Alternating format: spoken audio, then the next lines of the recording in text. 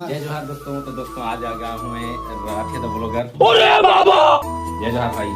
तो बहुत अच्छा लगा इनसे, इनका वीडियो आप देखे होंगे, बहुत अच्छा वीडियो बनाते हैं, कॉमेडी और लाइक्स। तो दोस्तों देख सकते हैं उधर जैसे भी अरे नहीं है, मेरा नहीं है भाई ये।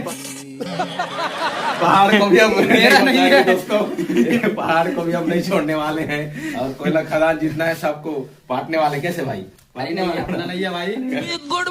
तो ये बता दो कि देवनारायण भैया के साथ में आए हैं, तो अपना सरपंच जी बताइए भैया जी कुछ। क्या बताएं भाई, आप लोग आए कहाँ से, ये बता पहले।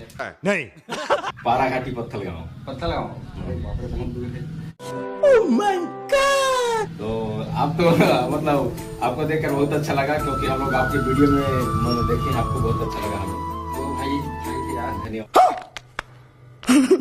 धन्यवाद धन्यवाद। सपोर्ट के लिए, और आगे भी ऐसे सपोर्ट करते रहना। उम्मीद है आपको भी आगे चल के अच्छा सपोर्ट मिलेगा। और मैं चाहता हूँ जो हमारे फ्रेंड्स हैं मुझे देखते हैं, और अगर आपके पास ये वीडियो गई है, अगर आप लोग ये वीडियो देख रहे हैं तो लाइक सपोर्ट जरूर करें। नंबर बोल उसका। 9